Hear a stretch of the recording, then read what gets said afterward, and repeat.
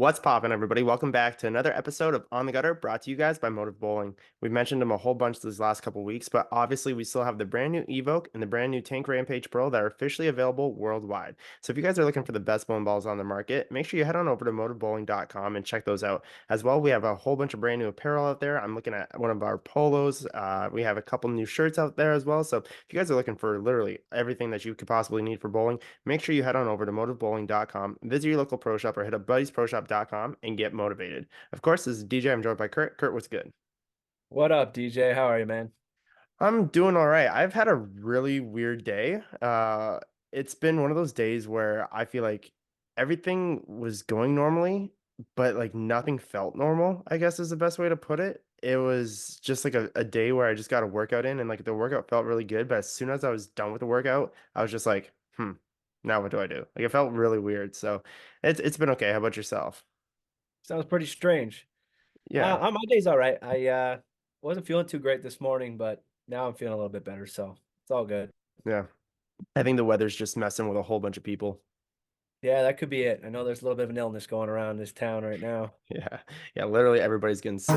But now for a word from the sponsors. Of course, this is DJ. I'm with Kurt. Kurt, how do you clean your balls? I usually clean my balls with a good bowling ball cleaner and a couple No, Aperlon no, foams. no, Kurt, not those balls, your balls.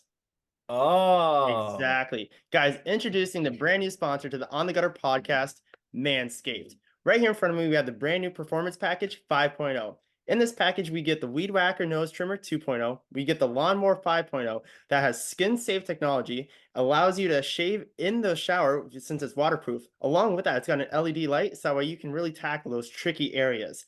Along with the Performance Package 5.0, you get the Crop Preserver and the Crop Soother, two gels to make you stay maintained throughout the day.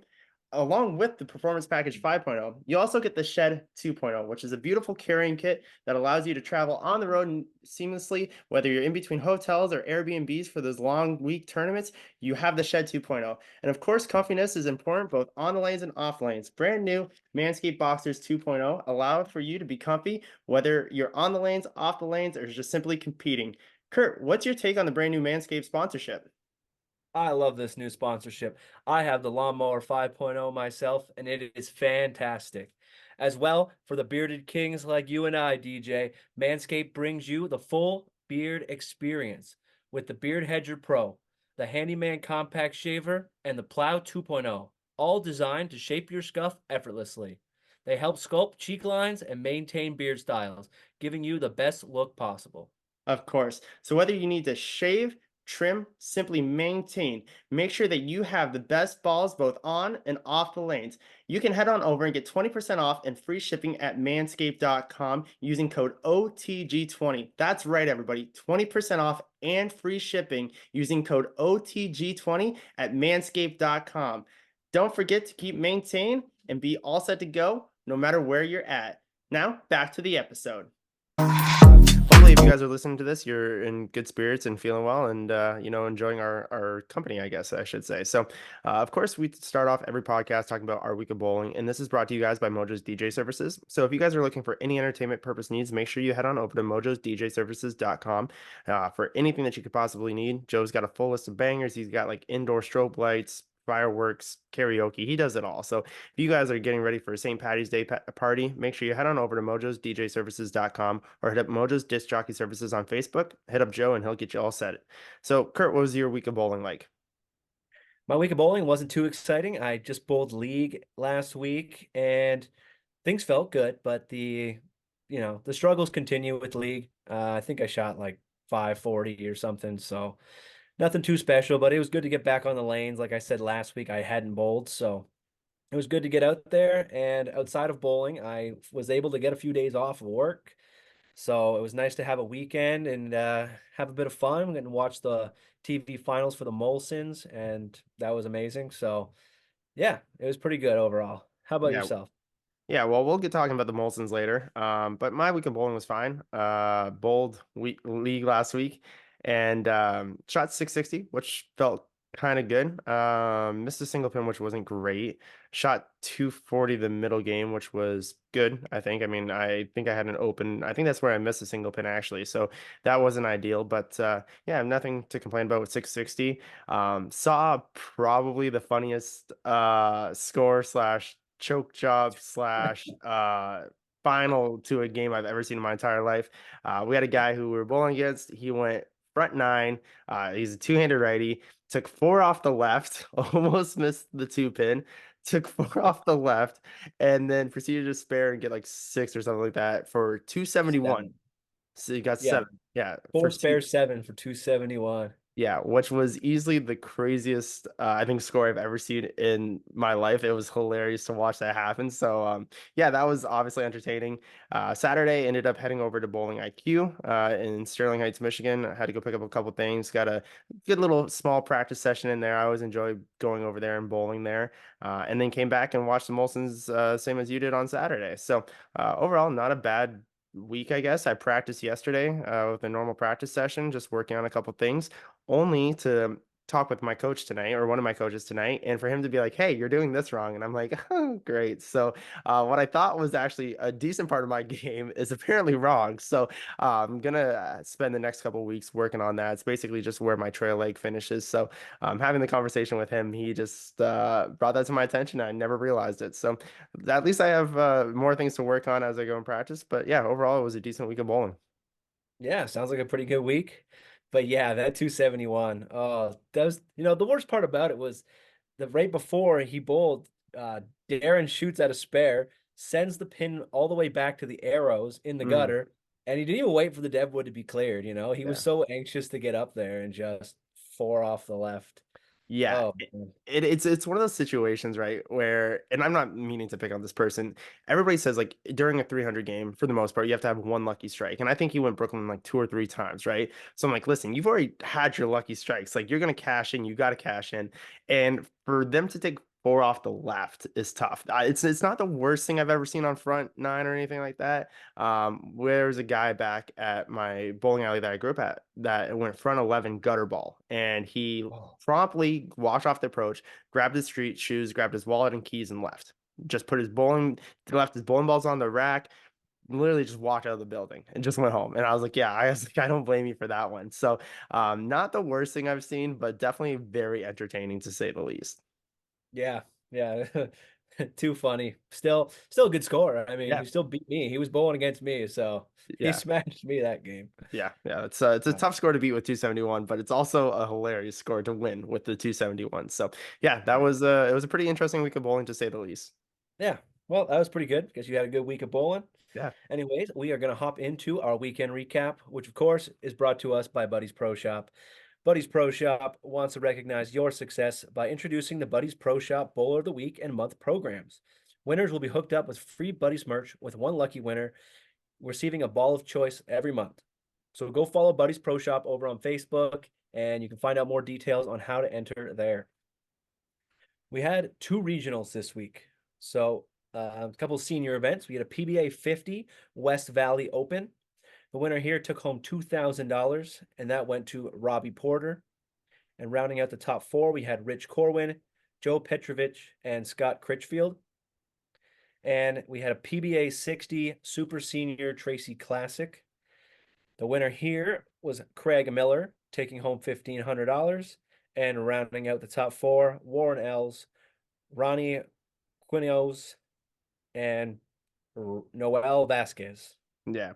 So obviously some older regionals. Got to give some love to Noel. He was a guy that I've worked with before, actually. Him and I used to talk all the time when I was working for one of the companies with him. And so super nice guy, but obviously it's not really PBA regional season right now. It's more PBA senior regional season as Yeah. the tour's obviously going on. So shout out to the older guys there who are out there bowling and winning stuff. Of course, there's plenty of other tournaments. So an organization that we love to talk about with SASPA. They had their 70, 60, 50 guest tournament. So like Oh, SASPA has a whole bunch of different like tournament formats and everything like that. So this tournament was won by Ben Hofs, Guy Foster, Derek Williams, and Justin Bui, I think is how you pronounce his last name. So again, we talk about the tournaments that people can have and how they're able to draw in so many teams and so much interest. 70, 60, 50 guest is not a normal like tournament format. So it was really cool to see them at least be able to have that event and then obviously to the winners. yeah, it's cool. We had the 44th annual Jerry Scriven Scratch Tournament, and that was won by PBA Tour member Russ Oviatt. So I bowled against Russ in college. He's got a really cool ball roll. He's like a super tall dude as well. So Russ is, I'm pretty sure, still bowling on the PBA Tour, still bowling PTQs and everything like that. So cool to see him get a win.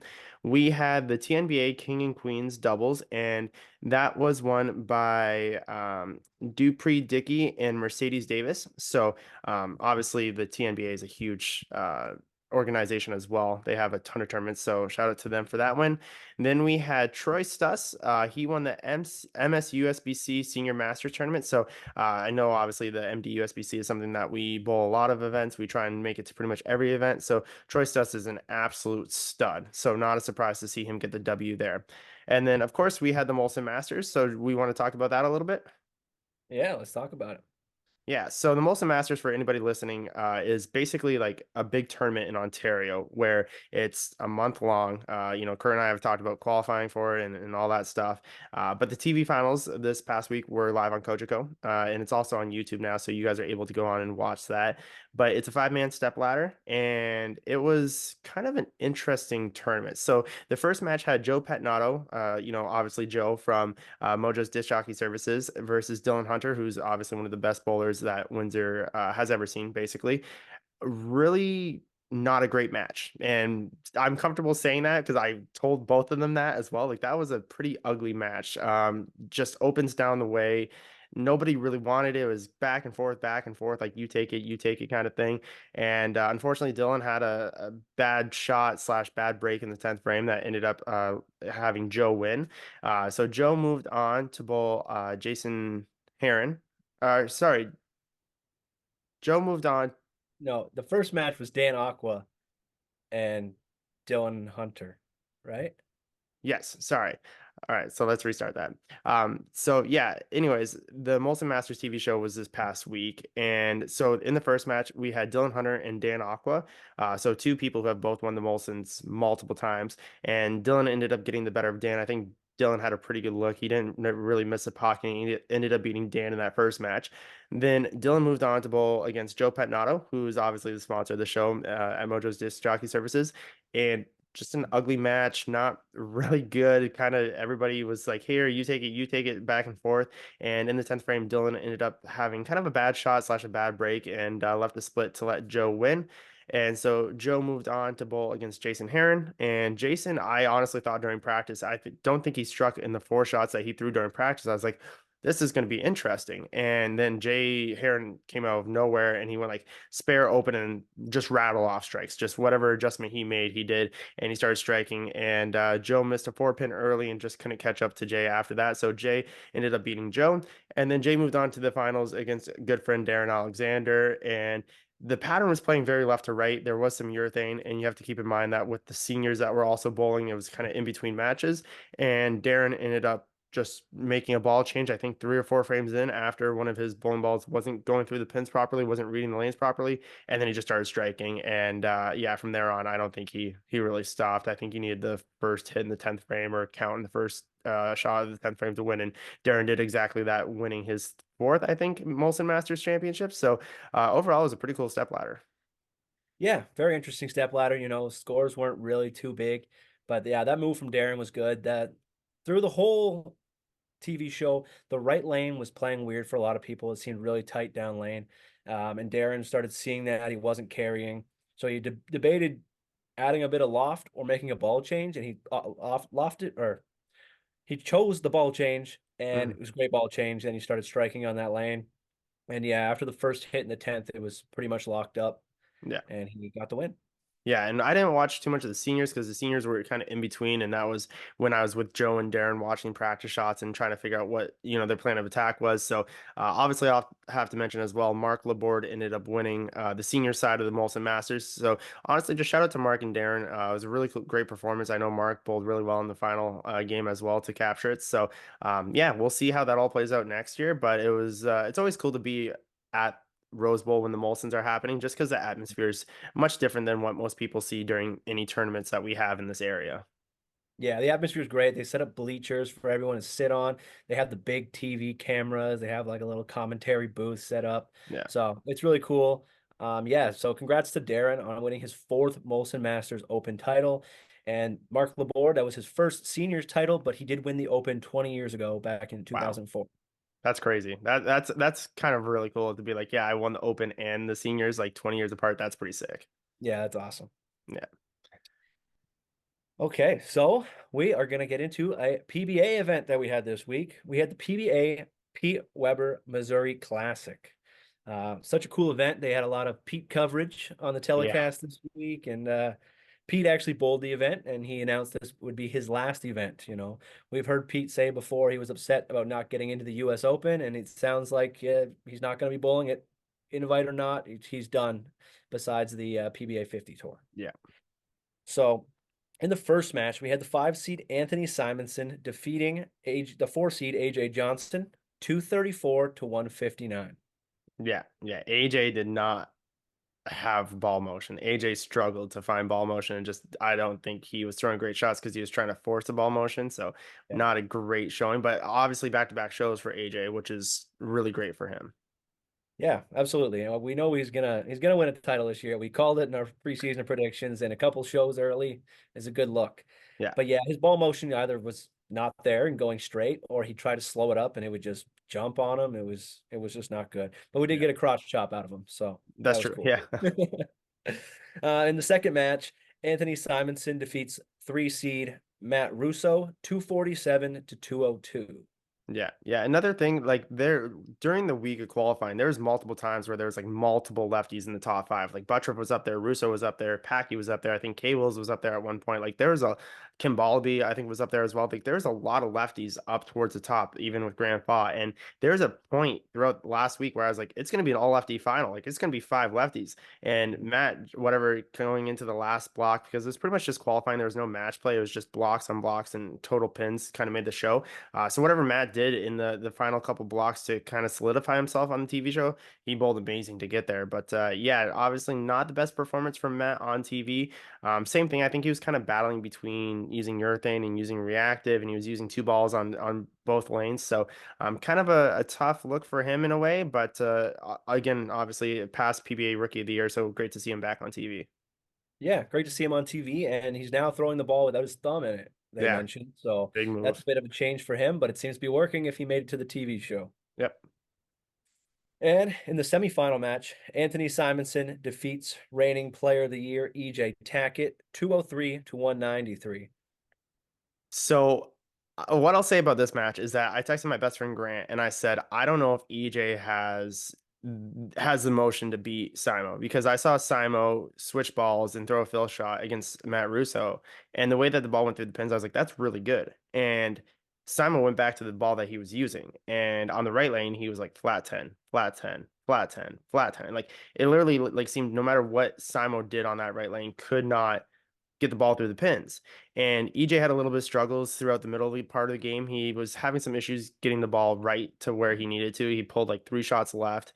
He had a pocket 710, which was a bad break, but he went like 710, 410, 3-6-10, makes the 3-6-10, leaves the 6-10, makes the 6-10. So I had a little bit of a hiccup there, but then EJ made the move that he needed to and threw all three in the 10th to force Simo to strike out or to get the first two. And Simo like tickled the head pin on both shots, where I was like, that's going to be a 7 pin, that's going to be a 2 pin. Like his ball Yeah. did not recover down lane and it struck both times. And I was just flabbergasted, even though like I thought the ball that Simo was going to use was a much better look.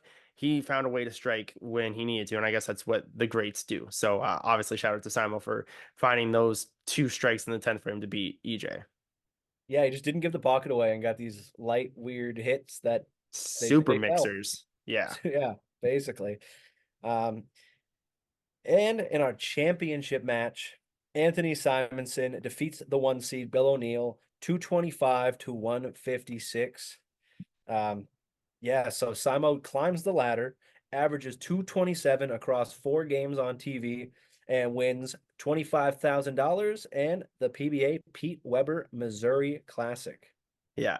And it was overall a cool tournament. And the reason why I say that is obviously I wanted EJ to win or AJ.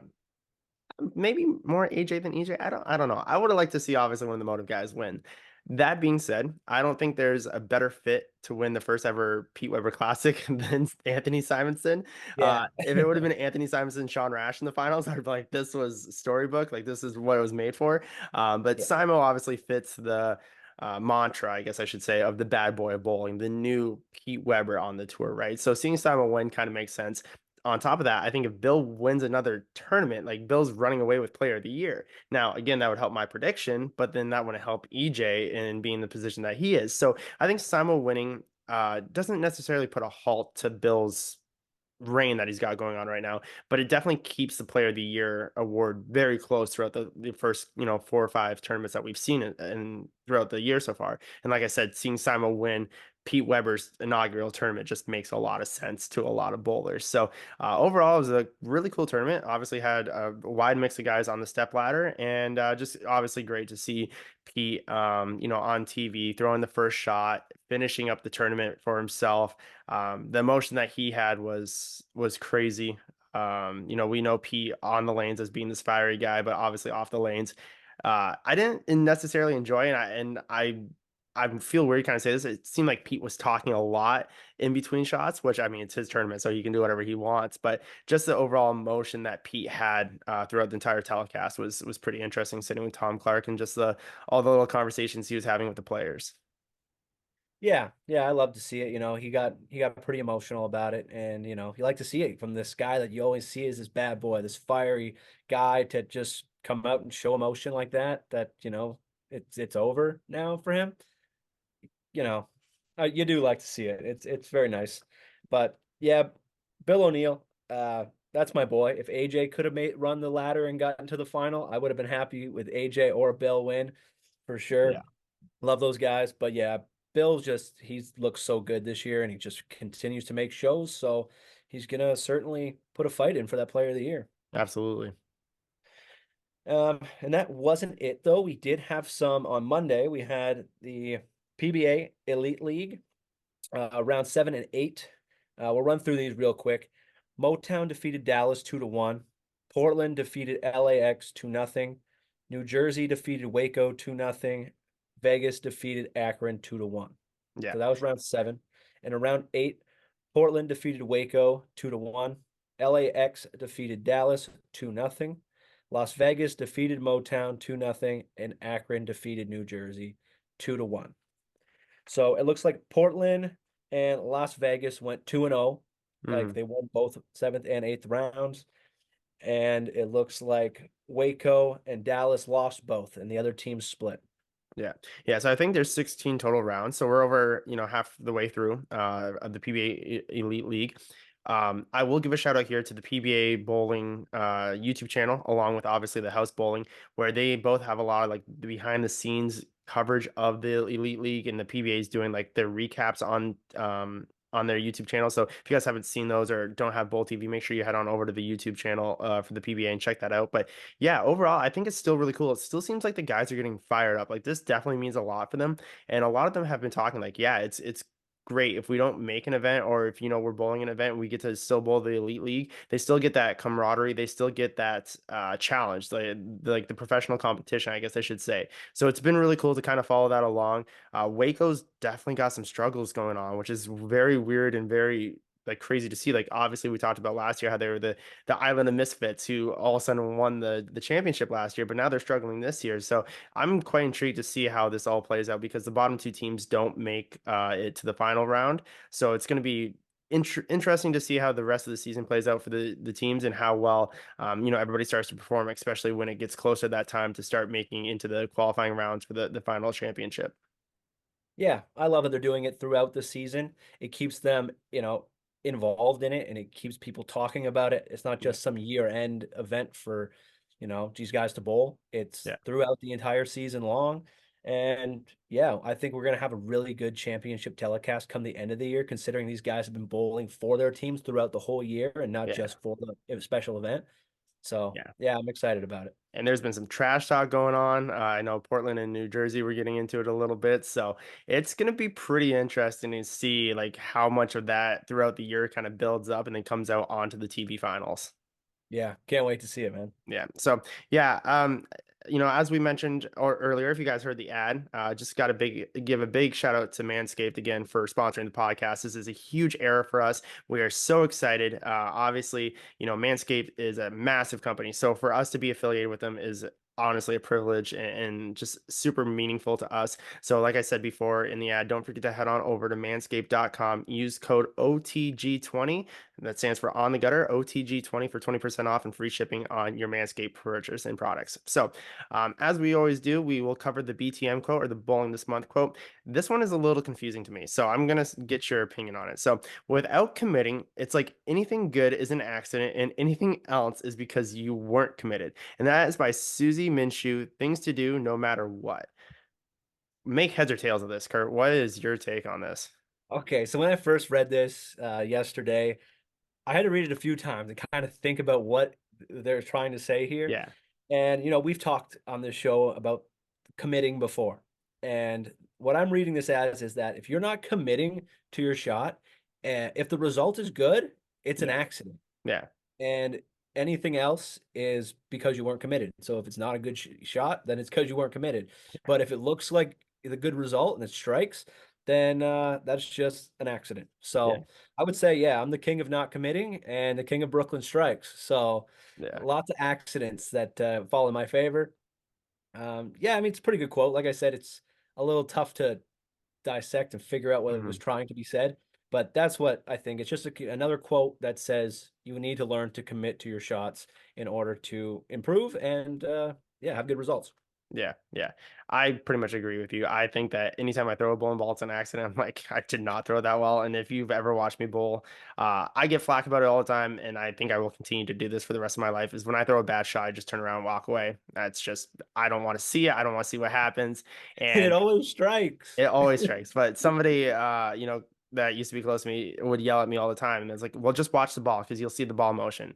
And I just never got out of it. I would just throw the ball and be like, nope, whatever. I don't want to do that. That was an accident. I don't plan on throwing that ball like that ever again. So this quote is true. And like you said, it kind of takes us back to the whole committing to the shot. Because if you're committed to the shot, and you know that you're committed to the shot and you throw it well and it ring tens, that's not an accident. That means it's time for you to make a move. If you did everything else properly leading up into that shot and to the where the ball leads the pin deck and you're like, oh damn, like I left the 10 pin, I left the 9 pin, that's not an accident, that is a move, right? So that is where I kind of take it is like, yeah, it's like if you aren't committed and you throw it whatever, it's like that's an accident because you didn't do what you were supposed to do to get that result. And bowling, like we said before, is that sport that doesn't owe you anything. You can throw it like dog trash and still strike. You can throw it amazing and not strike. So yeah, honestly, like you said, it's a really interesting quote, I guess I should say, to dissect, but it just leads back to being committed to the shot because the more committed you are, the easier it is to make moves and understand exactly what your ball is doing.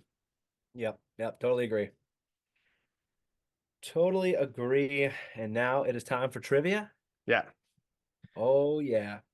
So I'm gonna go with a similar format to what I did last week. Okay. Simo won another title. This was Oh, his 14th yeah. title. Yeah. All right. I'm just looking for a pass from you here, DJ. Okay. Some of these I don't think you're going to get, but they're certainly not as tough as those ones that Marshall won. Right. So yeah, there's 14. Obviously, there's 13 I'm looking for because I'll give you the Missouri, the Pete Weber, what just Okay. happened. Your clues are going to be he won two doubles events, Yep. five majors, Yep.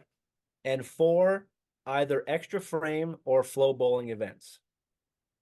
Okay. So he won the doubles with Kyle Troop. Roth Holman doubles. Yeah. That's his first title. Yep. I want to say when he's 18 or 19, he also won the Mark Roth Marshall Holman with Connor Pickford. Yeah, I think I only have him down. I think it's the Pickford one. His Yes, first title was his it was the Roth Holmans, and I only have him winning correct. one of them. Yeah, so I believe that was with Connor Pickford. Okay, yeah, I think so. Yeah, so there's the two there. He's won No, the that's one. he won the doubles twice. No, he won the Roth Holman doubles once. I have him winning it once. Okay. Um, So there's okay. still another doubles event. I think you can figure it out. I mean, I would assume it's the Lucy. He won the Lucy. Yes, that was With his Danielle last one. McEwen. I think it might have been, yeah. Yep. I Well, think that's they're his doubles most per. recent Yeah. before this one he Yeah. just won. Okay. So yeah, Lucy with Danielle McEwen, I believe. He won the oh my gosh. 2023 Masters I honestly didn't even write down years, but he has won the Masters three three times. So I'll times. give Yep. you that. He's won the US Open. Yep.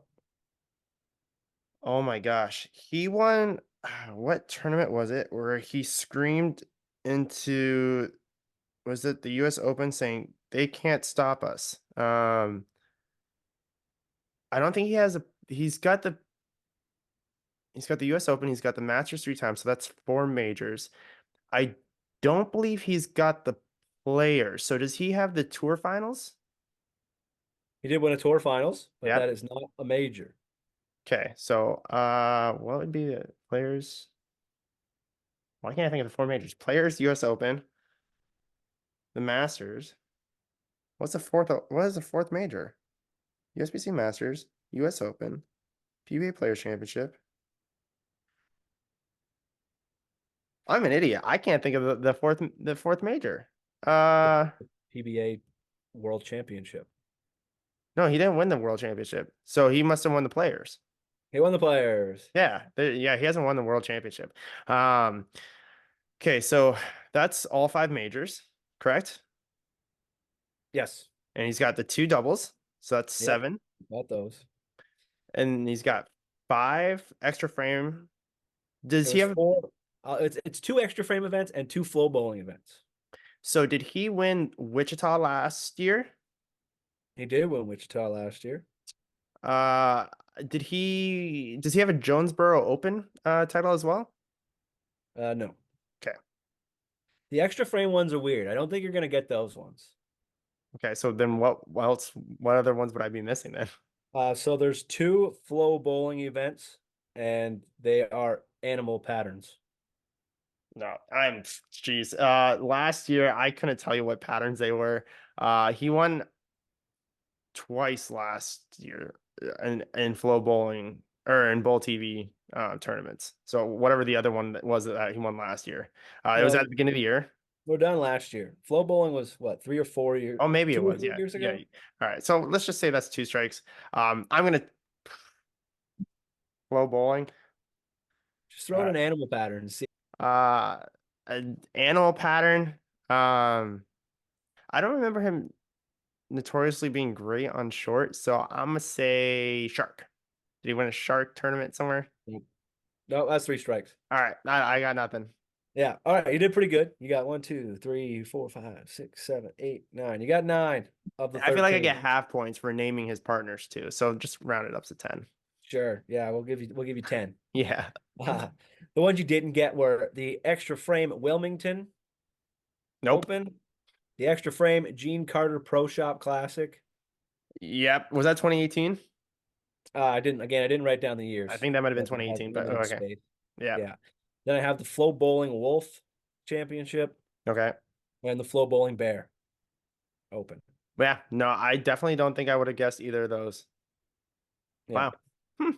Well, yeah, Simo, I mean, obviously Hall of Fame career at the age of 25 or 26, whatever he is, maybe I 27. think he's 27. I believe he's Yeah, 27. 27. Obviously an outstanding player. Crazy to think that, how long he's been bowling. Like he just burst on the scene and just became this superstar, honestly. Yeah. Him and EJ kind of have the same trajectory, like bowled in high school, just dominated everything, started bowling the men's tours at like 15, 16 years old, were bowling anybody that they could find, anybody that was better than them in their hometowns, and just went straight to the PBA tour and just destroyed everybody. So Really just an amazing career that Simon has had, and even they talked about it on the TV show last week was just talking about his covered on Rolling Stones and everything like that. Like he is a phenomenal person and definitely brings some light to PBA bowling and the overall bowling scene. Yeah. Yeah, the kid's great. Like when I was looking up these tournaments, I saw that he bowled his first PBA event when he was 16 years old. Yeah. And then that was the only event he bowled that year. The following year, he bowled four events, didn't make any cuts. The year after that, I think he bowled every stop. So he would have been like 18. Yeah. He bowled every stop, made like $20,000. And the year after that, he made like 150,000 on the Yeah. tour. Yeah. I'm like, He's that's insane. the youngest player to ever win five majors, and I assume that's probably going to continue for Yeah. quite some time as he is still very young and still winning majors and everything like that. But yeah, just like I said, a crazy career that he's already had, and there's so much more that he's going to accomplish because he is easily the most versatile player on the PBA tour. Do not at me. I will not, I will not back down from that. He can do anything he wants to a bowling ball at any given time, any which way you want to throw a bowling ball, Simon can do it. So. Yeah. He can switch his role, even throw a backup ball. Yeah. He can just find a way to score. Yeah.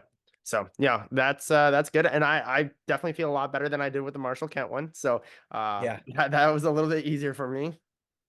Yeah. You did a lot better there. So now it is time for our question of the week. Yeah. And our question of the week is asked by Stephanie. And she asked, what is our biggest bowling icks? Yeah. So Stephanie posted this on Facebook and some of the comments were cracking me up. And I think we've kind of already talked about this, like what our biggest like things that we're Pet peeve annoyed ones? by. Yeah. Yeah. In bowling. So what are your biggest bowling icks, Kurt?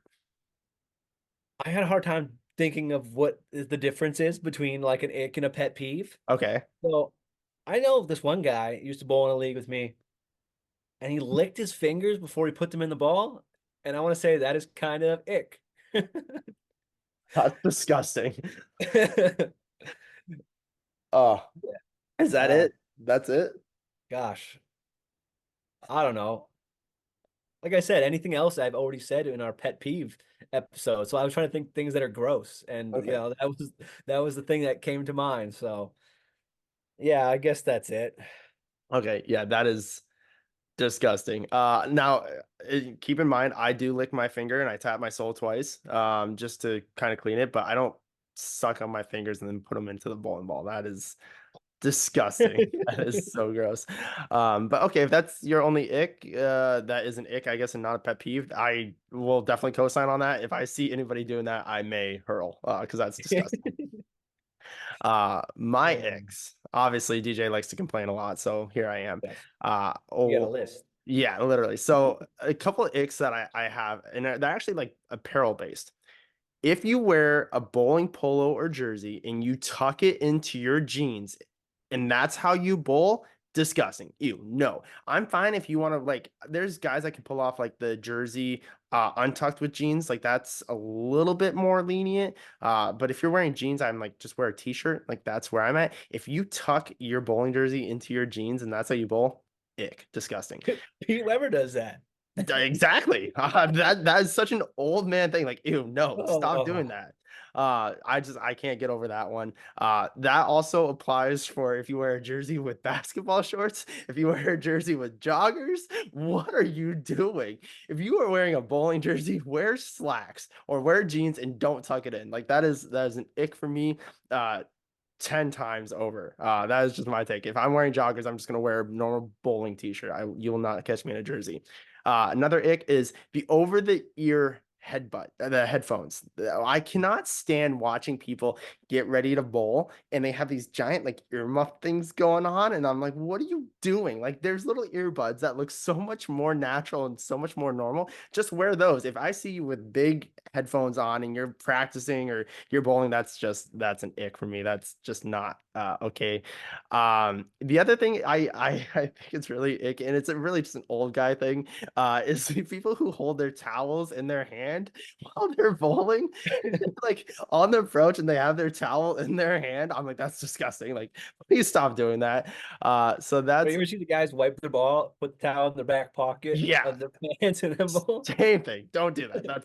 That's ick. And then I think the last thing I would say is people who eat with their right hands or left hands, depending Oh, whatever hand you're dominant with. When you that's a eat good with your one. hand and then you go bowl, like no, dude. Like trust me, I've worked in a pro shop. I know how easily it is to get gross things from bowling balls and chemicals into your mouth and your system from working in a pro shop.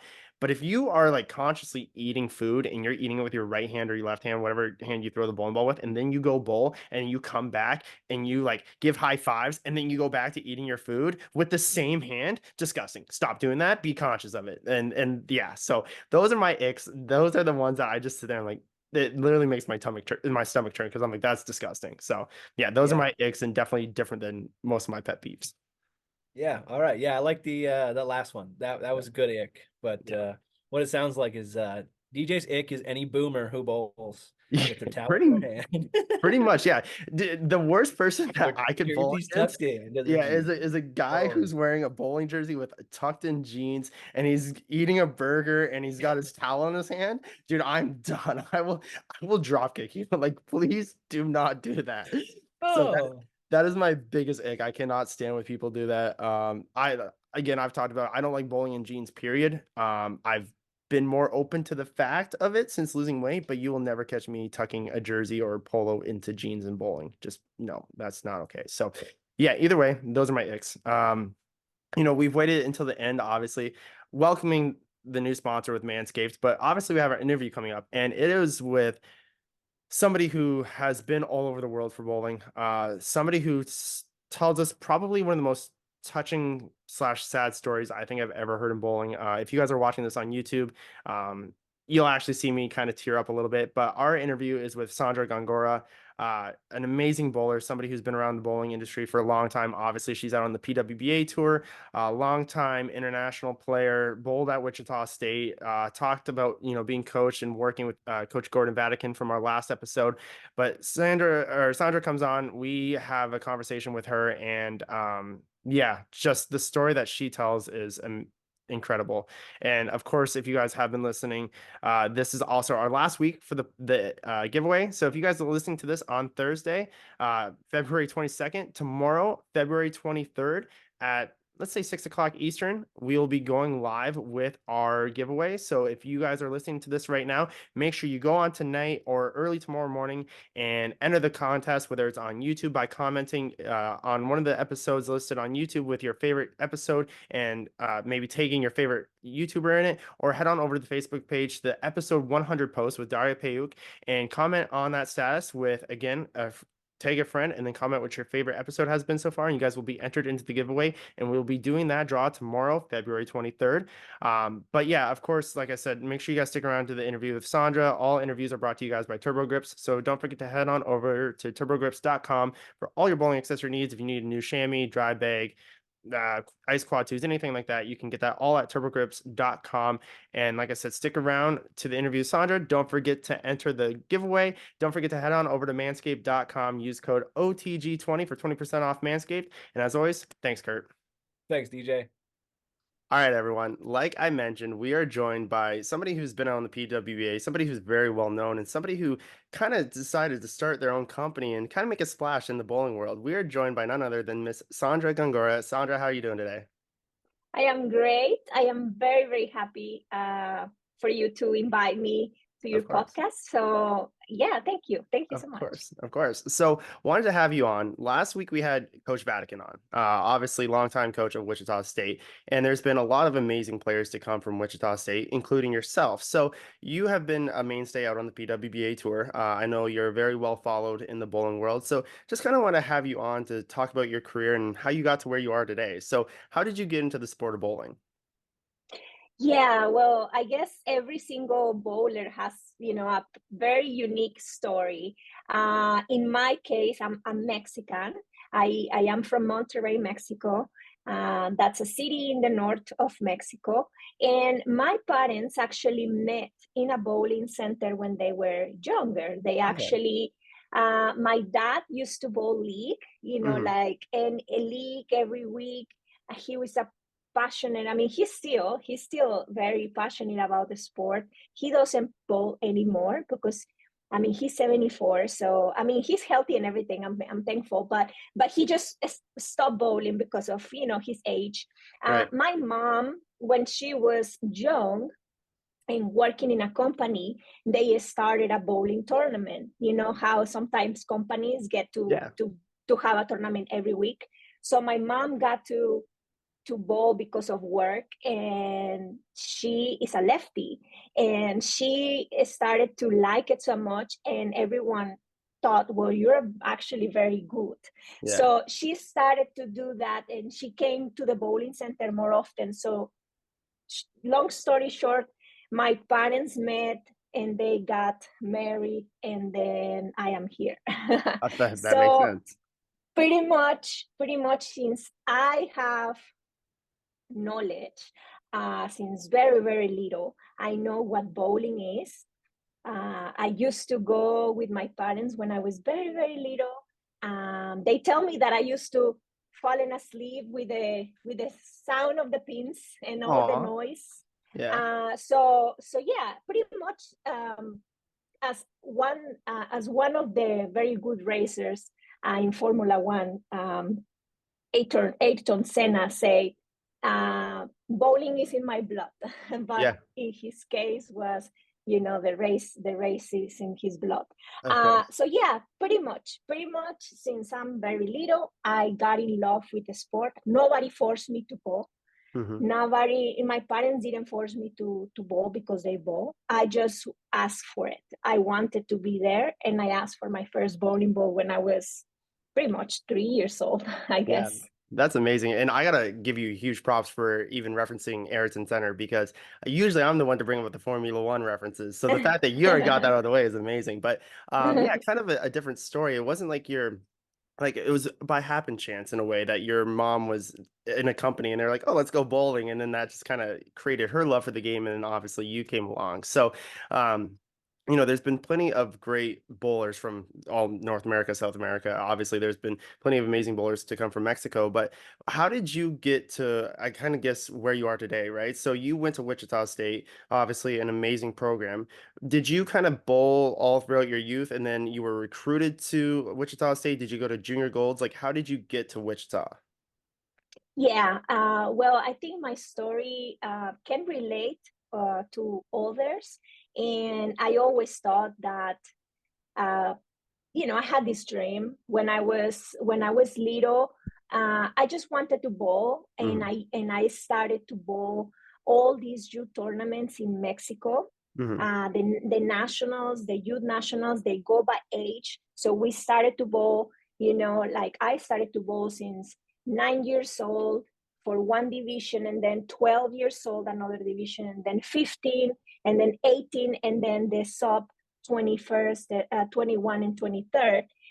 I started to represent my state first, and I started to represent Mexico in international youth tournaments. Okay. I went to WAM in uh, 2004 for my very first World's Youth Championship. I actually met Jason Belmonte, Oscar Palermo there, Stephanie Nation. She was Stephanie Stephanie Nation, Nation, yeah. and a lot of very good bowlers that they were also competing for their country. And I got my very first gold medal Hmm. in that tournament. I was 17. So I always was passionate for bowling. I just wanted to be the best. I just wanted to compete and challenge myself to be better. Right. But at that age, I was finishing high school, and we don't have any programs like in the US, Right. like college or high school program bowling programs. We just go by the flow. I guess we have these tournaments every year, and we have some people that are coaches that will help us when we were little, but we don't have any programs.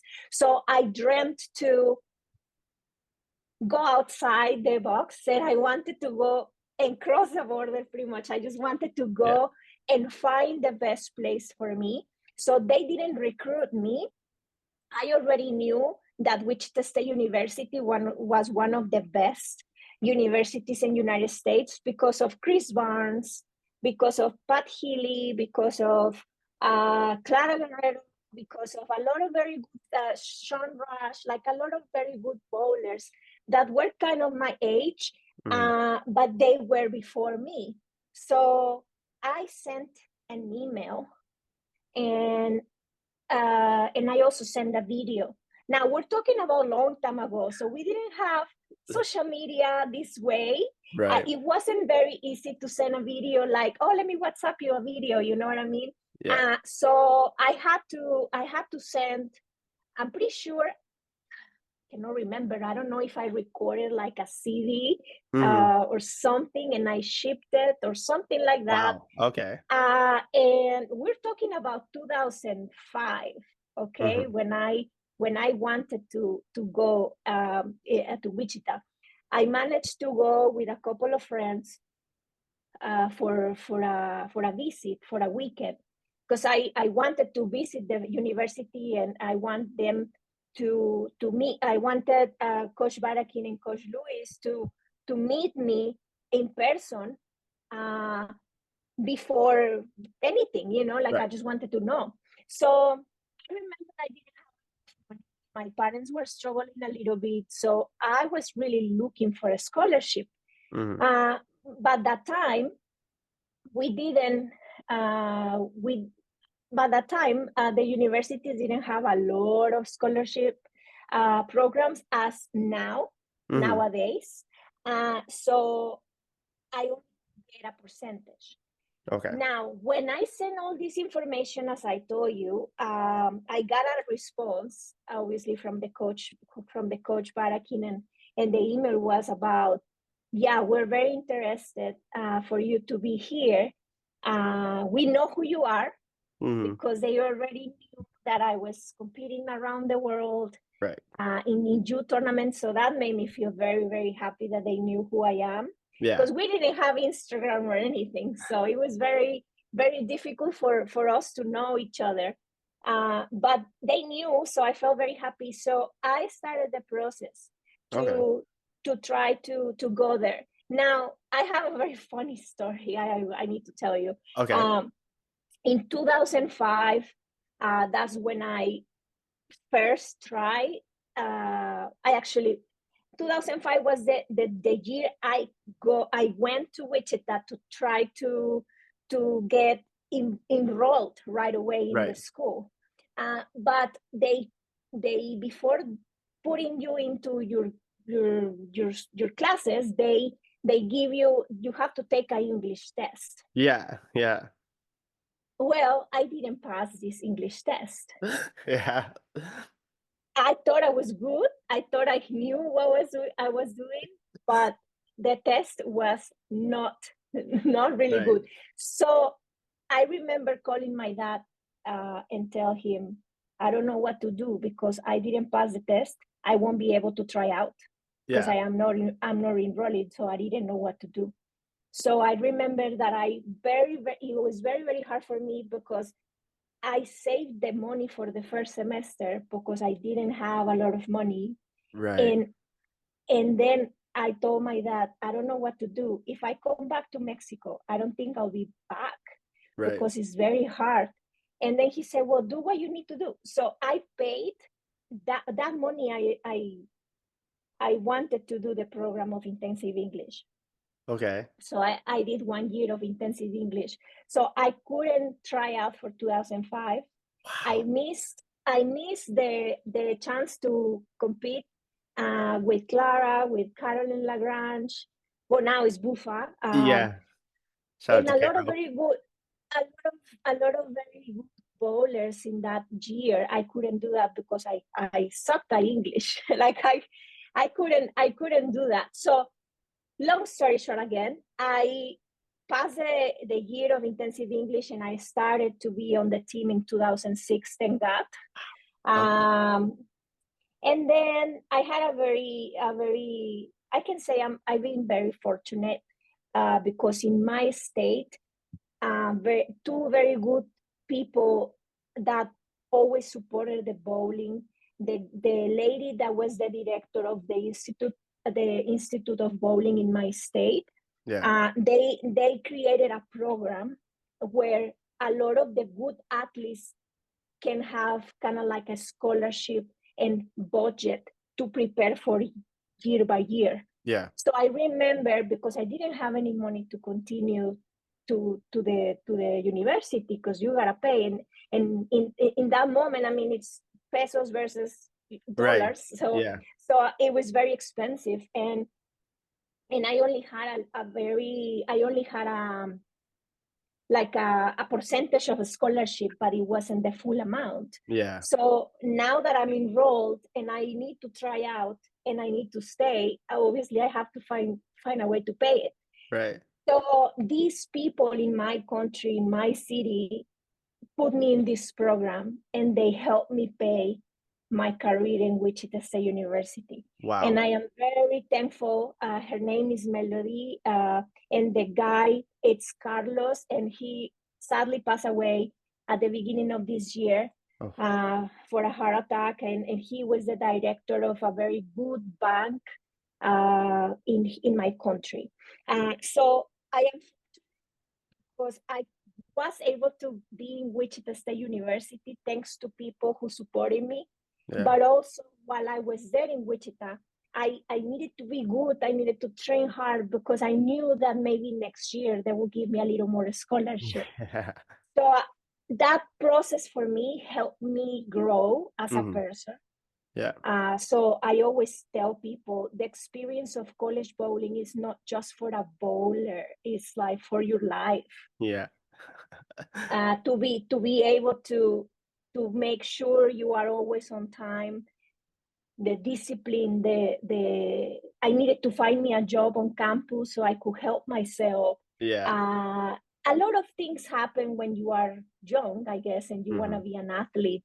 uh, Thankfully I could graduate in 2010 as a graphic designer, Okay. and that's why I am able to design jerseys, and I'm able to design my own clothing.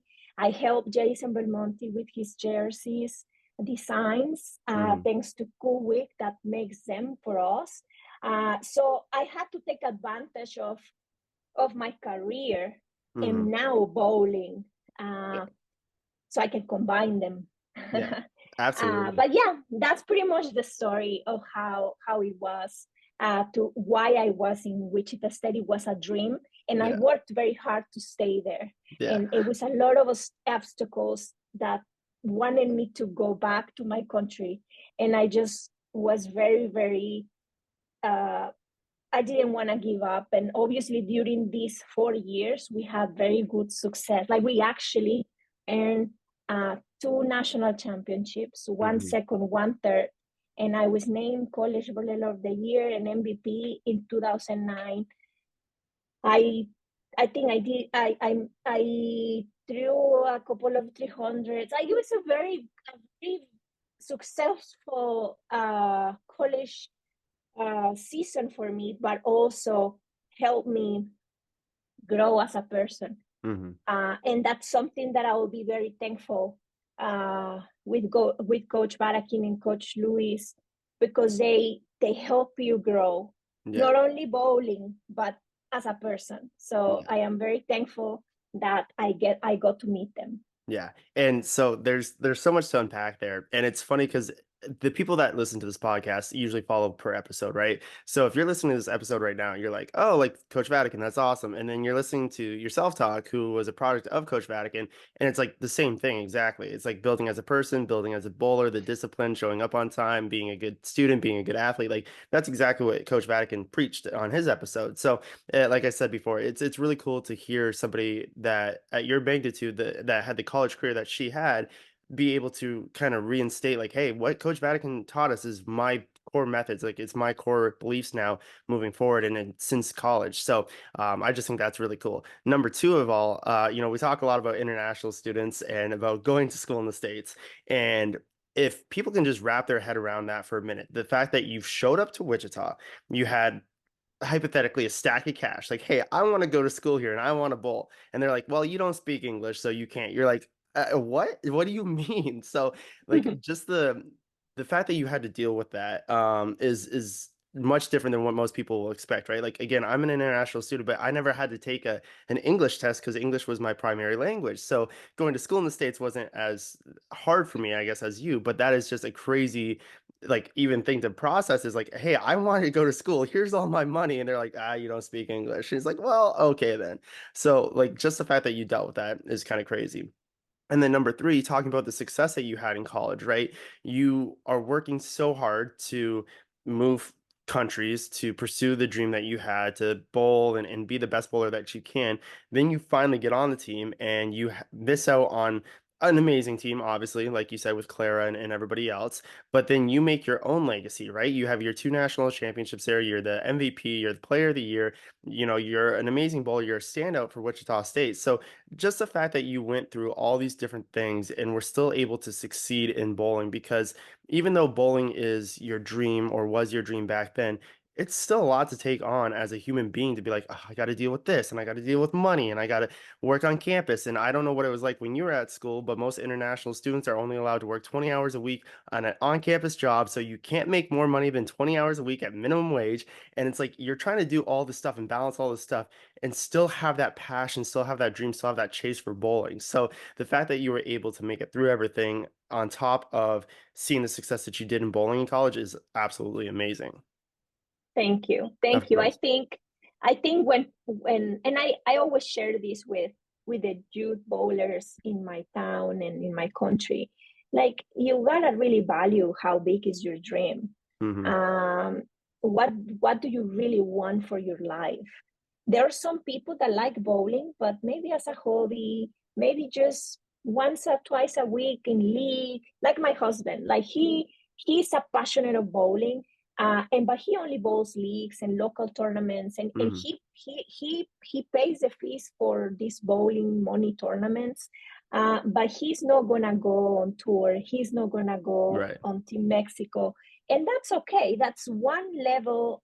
That's the greatest of our sport.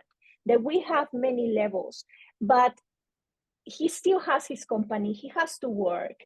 He Hmm. has to do many things.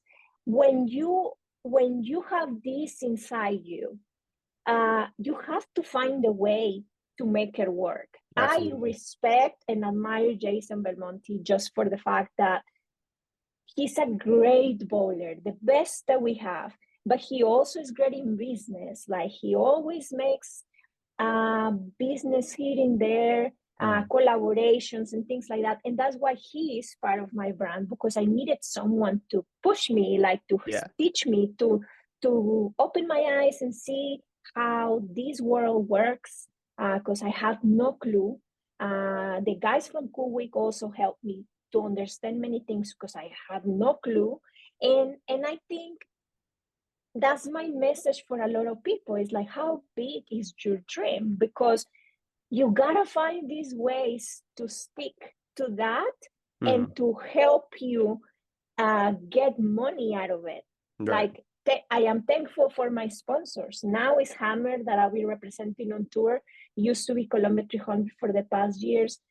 Just because of a rule or something happened in the PWBA, Yeah. I'm still with the family of Brunswick. I'm thankful because they all give me a contract for another 2 years. Nice. Dexter, Coolwick, Vice, like these guys trust the fact that they trust us as a bowlers and Hmm. represent these brands. It's also part of my commitment. Yeah. Like the fact that we have contracts, the fact that we have to do good and this and that and bowl the tournaments, bowl the tour. Like nobody in my country and maybe in yours too and in many people in the United States, no one really has this as a big dream to Right. be able to leave everything behind and go for it. Yeah. And this is what I'm doing. I still have a lot of things to achieve as myself, my goals. Mm. And that's why I'm here every day when I train, when I work, when I do everything, because you have these goals and the dream is big. Yeah. So you got to find these ways and really prove yourself that, yeah, what are you capable of doing to make it happen. Absolutely. So, let's talk about that. So, I do a little bit of graphic design. And the reason why I did graphic design was strictly because I needed to make jerseys that I wanted to make, right? So when I first started graphic design, I was using Paint, and I was like filling up little templates and doing lines and stuff like that. I was like, I can't go out to a tournament and not wear a jersey that I haven't designed for myself. I want to make sure that everything that I have on my jersey is strictly for me, right? So you have Bolat, correct? And that's a part of Coolwick. So what is the story behind that? I guess the side company there. What is the story behind it, and why did you get into it? Was it strictly for the passion of bowling and the graphic design? You kind of mixed them both together, or was there some sort of inspiration for you? Yeah, Bolat has a story, definitely a story that is very important for me. Long time ago, around 2017, 2018, I went to Japan Mm-hmm. for a demo with Columbia 300 when we did these international demos. And I saw a lady wearing like a long polo. Okay. I'm gonna start very in the back of how I wanted to create a brand, Okay. but I never really put the effort to create it until COVID came. So I'm Okay. gonna go back a little bit, and then I'll just tell you when everything started. Perfect. So 2017, 2018, I went to this trip and I saw this lady, very cute lady. All the Japanese ladies and girls are very cute. And she was wearing this long polo and it was sublimated. It has some designs and colors and the name of the pack. So I saw her and I thought, that's kind of cool. Like one piece, a long polo is like a dress. Mm-hmm. But this piece was exactly like a long polo. So the shape of the body, or let's say the dress wasn't, it was just like a plain, like a straight piece. And then that made me think it wouldn't be cool. I thought it wouldn't be cool if I actually have a dress on that is it has a shape and it can help us look good, be comfortable, blah blah blah, all these things that one, like a lady or like a girl, can think. So that was that. At that year I thought about it, and then I started to go and tournaments and bowl on tour and everything. And I kept that idea, but I wasn't doing anything. I was like, well, maybe one day, maybe Okay. one day. I'm lazy, or like, I'm busy and whatever. Yeah. Now, in 2019, 1 year before COVID came, we didn't know that was going to be this big. I started to go and because as we are a designer. So I thought, well, maybe I will start to create the logo. Okay. Let me start and create the logo. So I started to look and I was creating the logo. So I tried 3 times with the registration in Mexico with the name. You know how it is sometimes. I mean, they don't approve the name because someone else is named this. And so Right. I the first one, I wanted to call it 300. I wanted to call my brand 300. Yeah. And I couldn't register it because there was someone else with a 300 on it. And so I was like, okay. And then it made me think, oh, like, well, this is hard. Then I thought, okay, I'm gonna name it 12X, Yeah. but then Forever 21, the big brand, has a line that is called 12 by 12. Ooh. So I couldn't do that. So I was Yeah. like, this is harder than I thought, right? Anyways, then I looked at my forearm or at my wrist, because I do have a tattoo Yeah. that I always love this phrase, and it's called this is Latin. I'm gonna try to show you guys, but it's hard to read because it's so Yeah. little. Let me turn this way, like that. Yep. So 3 words, and this is Alice volat propris. This is a Latin phrase that means you can fly with your own wings. And this phrase, once I saw it for the first time, this tattoo is with me already 8 years. Yeah. When I wanted to commit with bowling as a professional, I needed this tattoo to believe that I could, because I wasn't sure if I was gonna, be good enough. So I did this tattoo. So when I was trying to find these names, I thought, oh my God, this is great. Like, I love volat. Volat means fly. I started to do all this process. I created the logo. I registered the name. They approved it. And I was like, I already have my brand. Yeah. And then I say, well, but I don't have time to do this now. So I'll just wait. So then we hit it 2020. And then we were like, oh my God, like this is actually bad, because we were locked down, tours were canceled, tournaments were canceled. I was in my house, I was going crazy.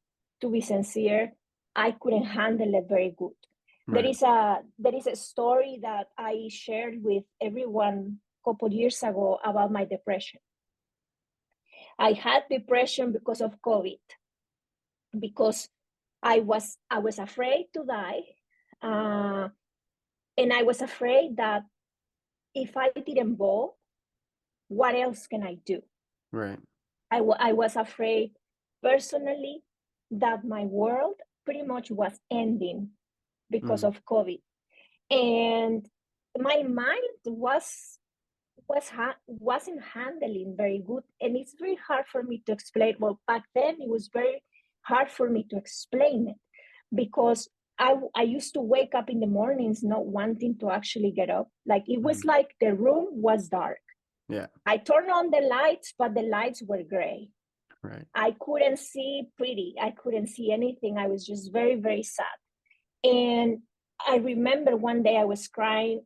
I started to cry because I couldn't handle it. My head was going crazy with all these thoughts, and I got very scared.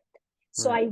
I went with my dad, because my dad was also locked down in the house, because I was with them with my parents, and I told my dad, I'm struggling, and I'm very afraid, because I'm very afraid that something can happen to me, or I'm afraid if I will do something that I don't want, because my thoughts are telling me that it will be easy if I am not here in this world.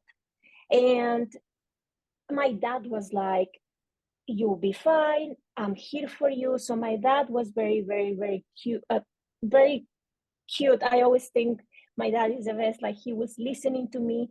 He was always with me every day, pushing me to try to feel better, but it wasn't working.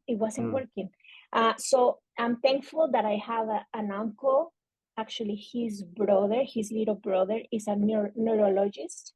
How do you say? Neurologist. Neurologist. I'm Yeah. sorry. And so I called him and I said, Uncle, I am lost. I am scared.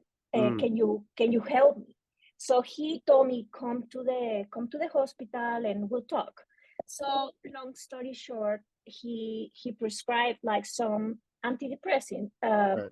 pills, and he was almost helping me, like if he was my psychologist. Right. He was giving me these medications, and I started to take these medications, and 1 month passed, and I still feel a little sad. And by that time, this is key. This is what I'm about to tell you is key, because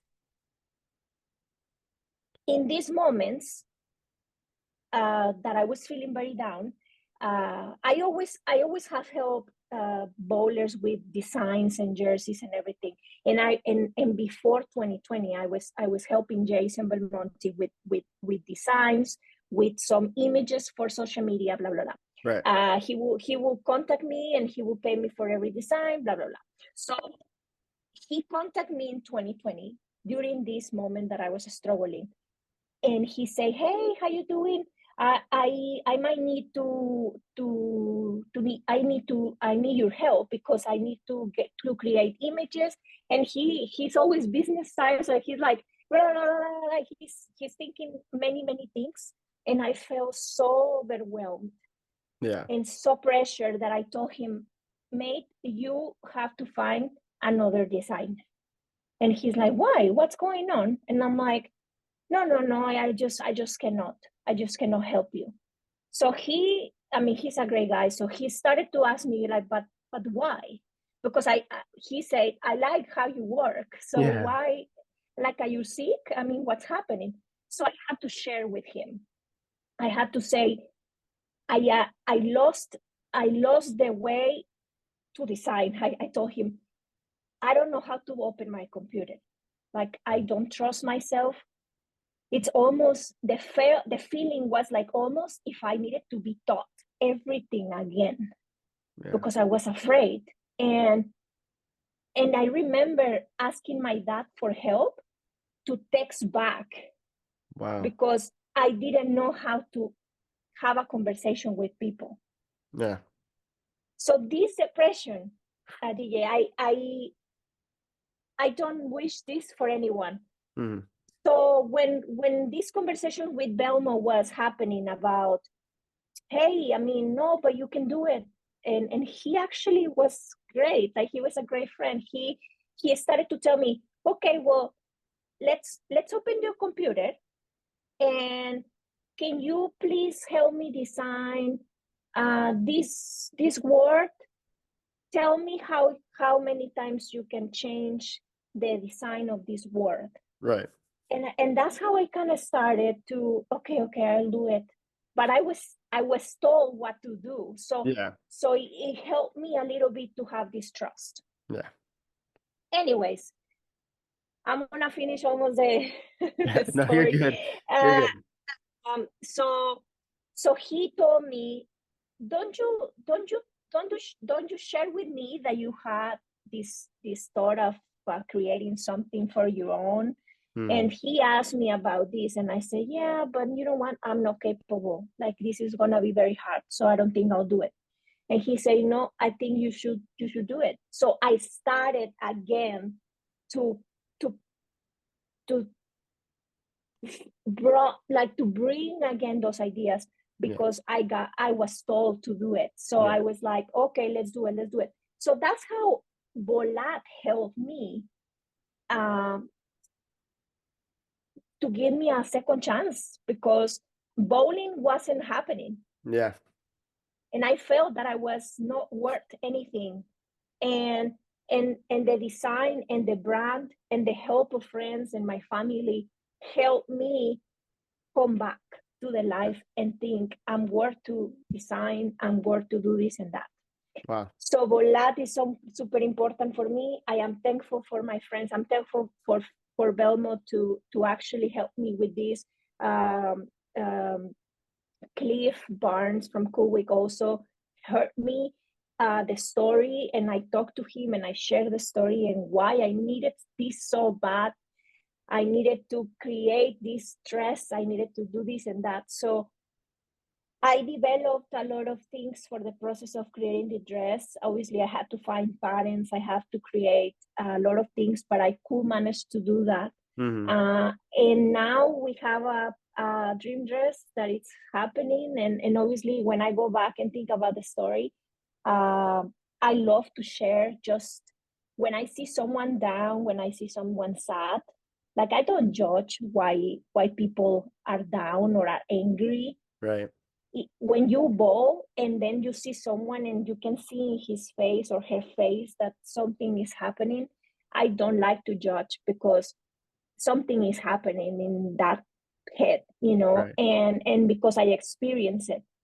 So I just want to help. And now Volat is helping me to help others. Yeah. Wow. And then yeah, That's sorry, that's such an intense story. We've had a lot of people on the podcast, and I know Diana, like if anybody's listening, go back and listen to Diana's story. She was super close to quitting bowling. Same thing, with COVID. She was struggling. She lost a close family member.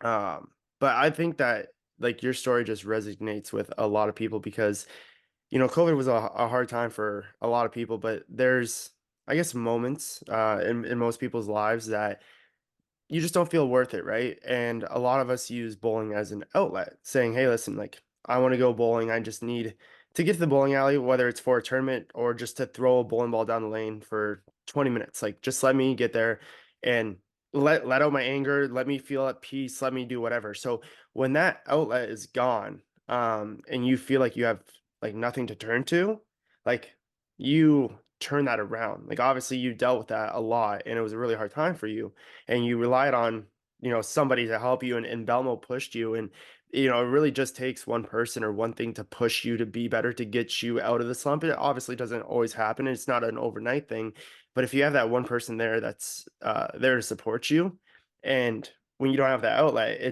you really have to refocus on what you want to do. So hearing you say that is just, it's super touching because I think a lot of people can kind of agree with that and have their own story or have their own past that they dealt with the same thing. And it's great to hear that you are obviously out of that now.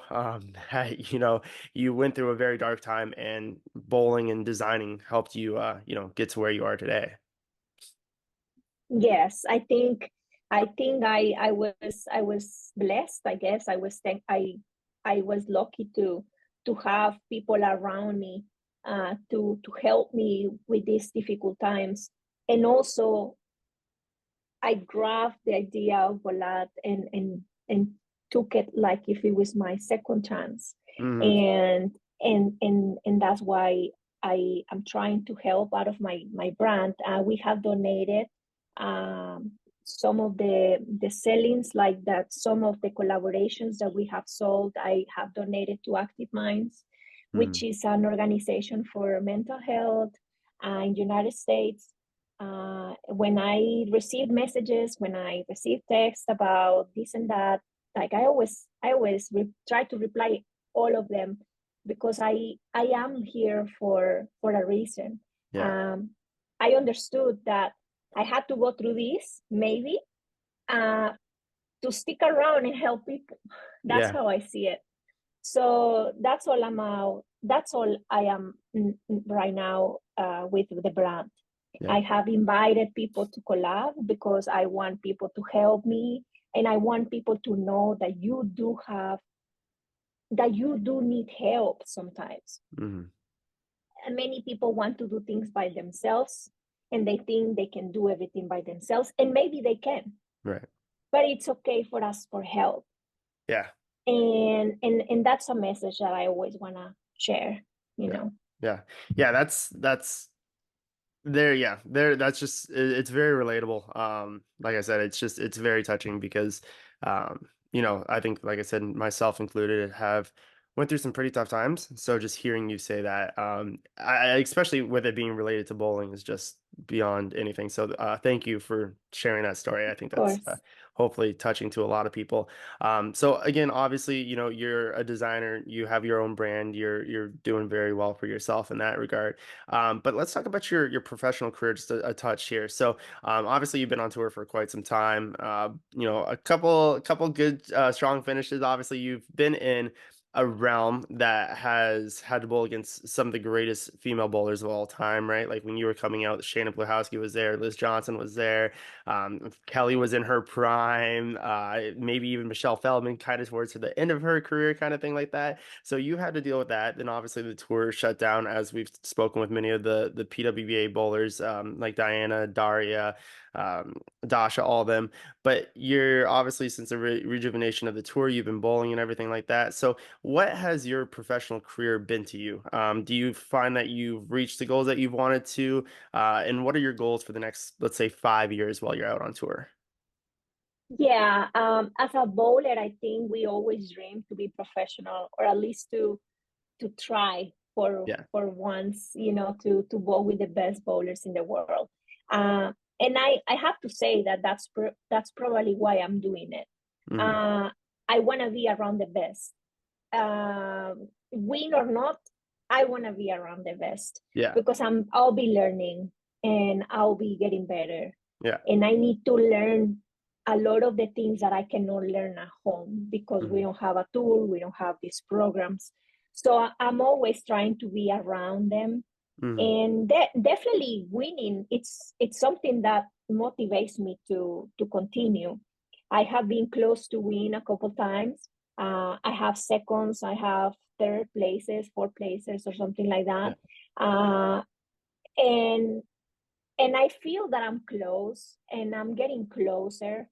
But if I'm honest, I don't want to pressure myself as I used to pressure myself, Yeah. because when you start to bowl for money, or you start to think that bowling is going to help you live because you need the money, then not many of us can actually work good, Right. thinking that way. Yeah. So I started to feel, and I go back to Bolat now, like actually the fact that bowling was my main goal, and now that I have something else to do, now bowling is more less pressure, and I can enjoy it more Yeah. because now I am doing something else that I'm also good at, and Right. it's successful. So now I am just training myself and getting better and compete, because you gotta be there to be able to win. And Yeah. I'm gonna be trying as many and as much times I can until I get it. And maybe if I don't get it, at least I am doing something for the sport of bowling. Right. I love bowling so much. It has given me so many great times Yeah. that if I am here to spread the word of, okay, let's get bowling better, let's get bowling bigger, well, that's my title, that's my win, Yeah. to defend my sport, to represent it, to share, to do many things. But definitely on the lanes, we always want to win. When I represent my country, I always want to win those medals. Yeah. So it's the same. I go on tour, and I definitely will try my best to win. Yeah. Yeah. So you would say that you don't have any like, I guess, set in stone goals. You just want to go out there, compete, and obviously try to win. You want to be able to represent yourself and your country and your family and everything like that. But the main goal is just to get out there and compete at the highest level that you possibly can. There's no set in stone goals of as far as like I want to win 10 titles in the next 2 years, or I want to win player of the year in the next 3 years. There's nothing set in stone. Just go out there and compete at the highest level possible. Yeah, I think since I haven't been able to win yet, Yeah. I think for me will be the first step is to win once. Yeah. So that's my goal. It's Okay. just to have a title, Hmm. uh, but also to be there. Like I just want to be able to be there to Hmm. try it, because if if something happens, let's say, I don't know, I mean, hopefully never, but if we get injured or something, and then you are dreaming of all these many goals, but you still have to start with the process. Right. So I want to be good in the process to be able to achieve Yeah. goals. So yeah, let's say my goal is to get a title, and maybe we can talk again, and maybe I'll tell you, well, let me get five Yeah, now. absolutely. No, that's definitely the plan. But yeah, like I said, I just wanted to have you on to talk to you about your overall career and everything that you've been through, and obviously with the company. And like I said, it's been a very touching story to hear from you, to say the least. So I'm going to ask you this. I think you kind of already touched on it, but it's a question that we ask all of our guests. So somebody like yourself who just gave the story that you gave, what's that one piece of advice or that one tip that you could give to anybody listening that you think would help them see more success in bowling or in life or in both aspects? Yes, I think we all know what, like, if your feet are really on the ground, like when you are actually on the ground, you are able to understand and really know what you're capable of.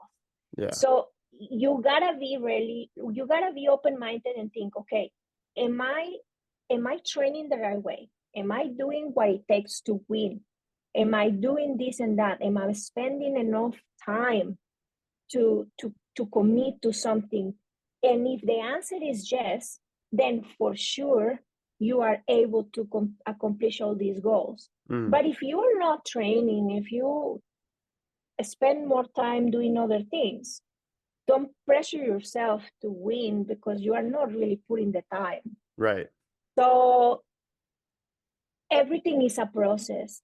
Every single athlete on the world needs to train, needs to eat healthy, needs to exercise, needs to be healthy to be able to have the chance Right. to do your best. So my advice would be, well, as I say earlier, if your dream is big, you will find a way to do it, Yeah, absolutely. right? You'll give it So everything. yeah. Awesome. And lastly, before I let you go, where can everybody find you? Where can everybody find Bolata? Obviously, you have Belmo and Verity, associated with you guys, but where can we find you at to follow your journey and follow all these amazing stories that you have? Where can everybody find you on social media? I appreciate your space here to Of talk course. about everything that I've been through, and to share obviously where you can find my social media. It's at Sandrita Gongora. So Sandrita is a way to say, it's like a nickname just for Sandra in Spanish. It's Okay. like little Sandra, Okay. Sandrita. So Okay. you put ita at the end, and that's you called someone little. I don't know. Okay. Okay. So it's Sandrita Gongora Okay. in Instagram and TikTok and Threads. That's the same. And Okay. then for Facebook is Sandra Gongora Bowling. Okay. Okay. And And then, then for Volat, it's volat.athletics for Instagram and Facebook. mhm. And you can visit volatathletics.com to see all the good and the great stuff that we sell thanks to Kuwik and all the collaborations that we have created with amazing athletes. And all designed by yourself as well, right? Yes, That's amazing. Well, yes. Sandra, I appreciate you jumping on. Like I said, it's been an honor to speak with you. It's been very, I guess, humbling and touching to hear your story. And absolutely, as soon as you win that first title, we're gonna get you right back on. We're gonna reassess your goals, and then we're gonna talk about what it's been like for you. Once you get that first title. Thank you so much. I appreciate that you are doing this. It's Of course. always good to help each other, Yeah, to help the sport of bowling. So as soon as I see this podcast out there, I'm gonna share like crazy. I appreciate So that. I appreciate your time, and thank you for everyone who is gonna watch this, and thank everyone who has supported me. It means a lot. Of course. And everybody listening, don't forget to head on over to manscaped.com and use the code on the gutter or OTG20 for 20% off your official Manscaped products. And as always, stick around next week for another episode of On the Gutter. Thanks, Sandra. Thank you. Bye bye.